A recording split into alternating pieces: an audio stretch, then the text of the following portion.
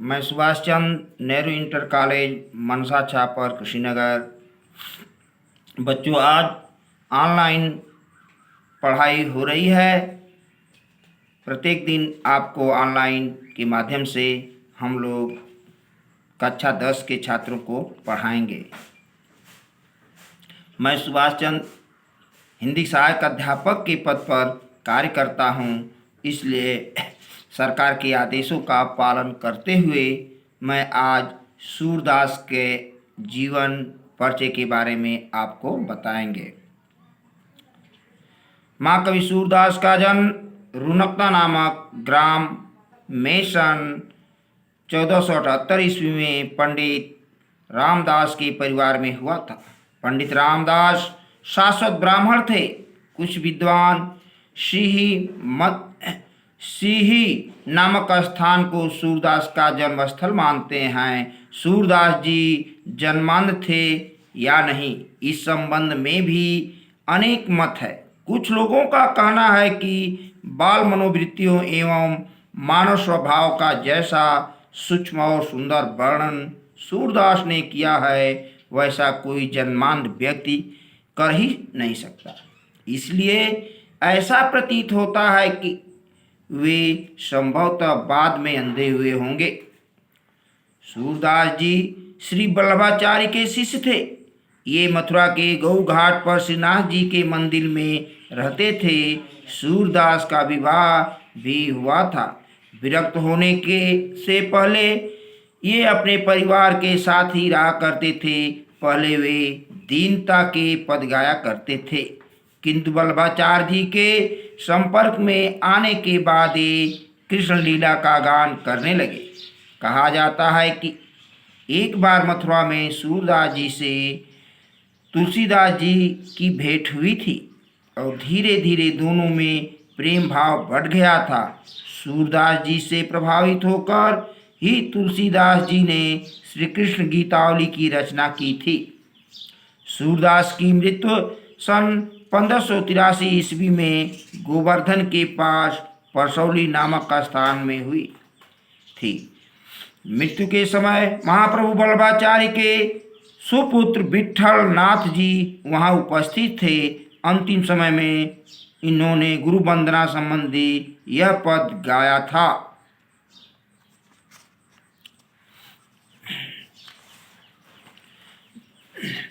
भरोसो दृढ़ इन चरणन करो, भरोसो दृढ़ इन चरणन करो। आपसे देखो सारी। भरोसो दृढ़ इन चरण केरो, श्री वल्लभ नख छंद छटा बिनु सब जग माझ अंधेरो। तो इनकी रचनाएं हैं सूरसागर, सूरसारावली, साहित्यिक लहरी। सूरसागर में सूरदास की एकमात्र प्रमाणिक कृति है। इसके 1.25 लाख पदों में से केवल 8 से 10 हजार पद ही उपलब्ध हो पाए हैं। संपूर्ण सूरसागर एक गीत काव्य है। इसके पद तन्मयता के साथ गाए जाते हैं। सूरसारावली यह ग्रंथ अभी तक विवादास्पद स्थिति में है, किंतु वस्तुतः भाव, भाषा, शैली और रचना की दृष्टि से निसंदेह यह सूरदास की प्रमाणिक रचना है। इसमें 1107 छंद हैं।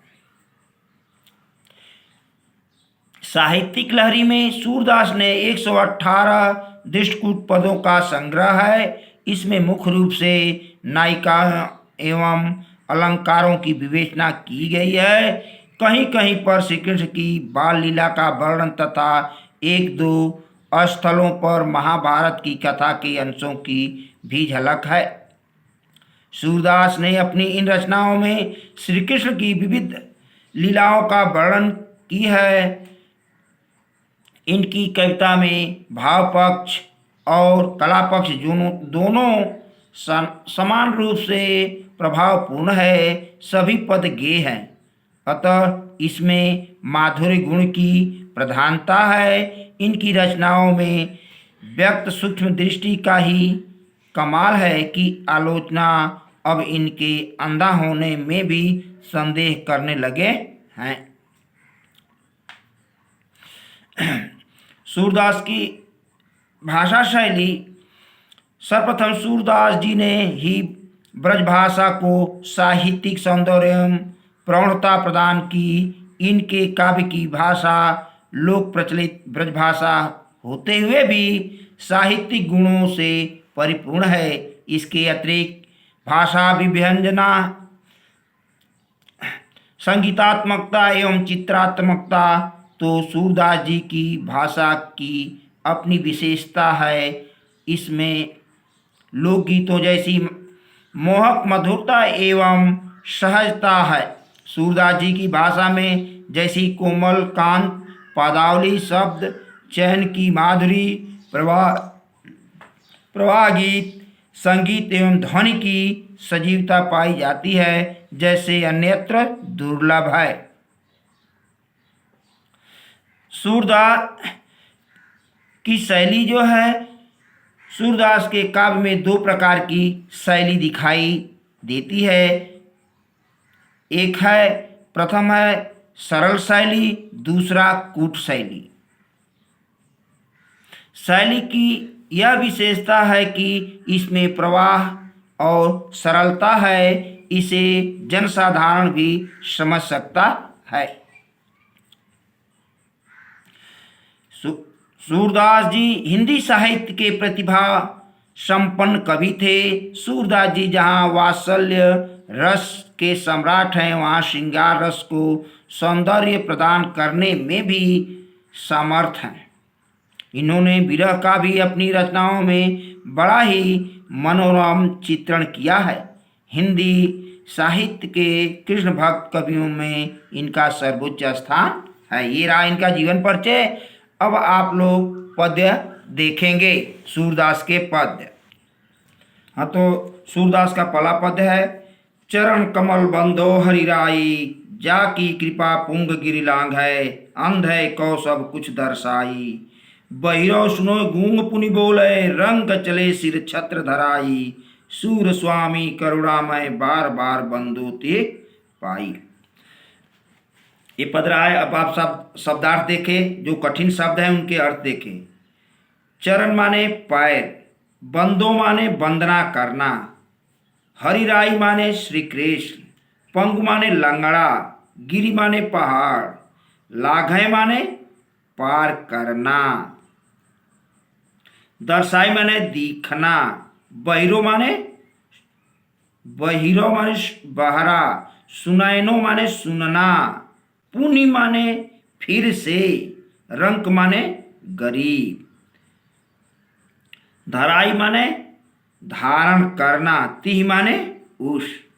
तो ये रहा शब्दार्थ। आप इसके, अब हम इसके अर्थ और संदर्भ बताएंगे, तो आप इसको संदर्भ देखिए। संदर्भ कैसे लिखेंगे इसको देखें। प्रस्तुत पद्य हमारी पाठ्य पुस्तक के काव्य खंड के पद शीर्षक से उद्धृत है। यह सूरदास द्वारा रचित सूरसागर महाकाव्य से लिया गया है। ये आपका संदर्भ हो गया।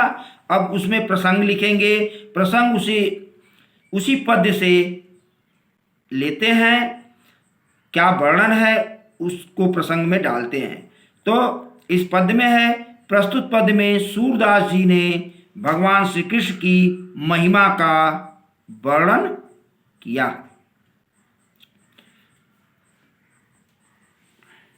भगवान श्री कृष्ण की महिमा का वर्णन करते हुए उनके चरणों की वंदना की है। अब आप इसका व्याख्या देखेंगे। चरण कमल बंदो हरिराई, जाकी कृपा पुंग गिरि लांघे, अंधे को सब कुछ दर्शाई।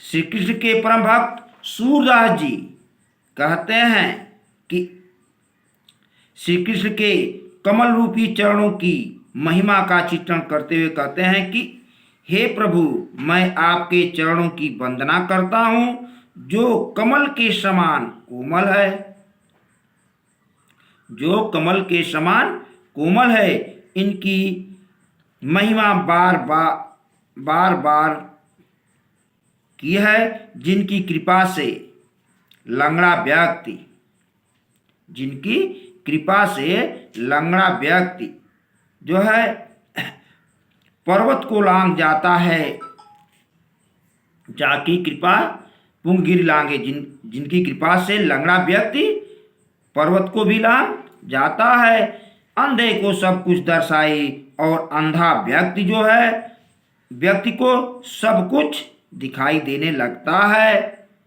बहिरो सुने गूंग पुनि बोले, और बहरे को सब कुछ सुनाई देने लगता है। गूंगा फिर से बोलने लगता है। रंग चले सिर छत्र धराई, और गरीब व्यक्ति, निर्धन व्यक्ति राजा बनकर अपने सिर पर राज छत्र धारण कर लेता है। सूर स्वामी करुणा मैं बार बार बंदो तिह पाई। सूरदास जी कहते हैं कि हे प्रभु, आपकी कृपा से असंभव कार्य भी संभव हो जाता है। अतः ऐसे दयालु श्री कृष्ण के चरणों की मैं बार बार वंदना करता हूँ। ये रहा आपका अर्थ व्याख्या। आप नीचे लिखेंगे, उसके व्याख्या करने के बाद नीचे लिखेंगे काव्यगत सौंदर्य। काव्यगत सौंदर्य में आप हेडिंग देंगे भाषा। इस पद में किस भाषा का प्रयोग किया गया है? साहित्यिक ब्रज भाषा का प्रयोग किया गया है। इसमें शैली कौन सा है? मुक्तक शैली है। गुण क्या है? इस पद में प्रसाद गुण है। रस क्या है? भक्ति रस है। छंद क्या है? गेयात्मक है। और अलंकार इसमें है पुनरुक्ति प्रकाश अलंकार है। बार बार में एक बार की पुनरावृत्ति होने के कारण यहाँ पुनरावृत्ति प्रकाश अलंकार है। तो आज का ये पद्य हम लोग आज समाप्त करते हैं।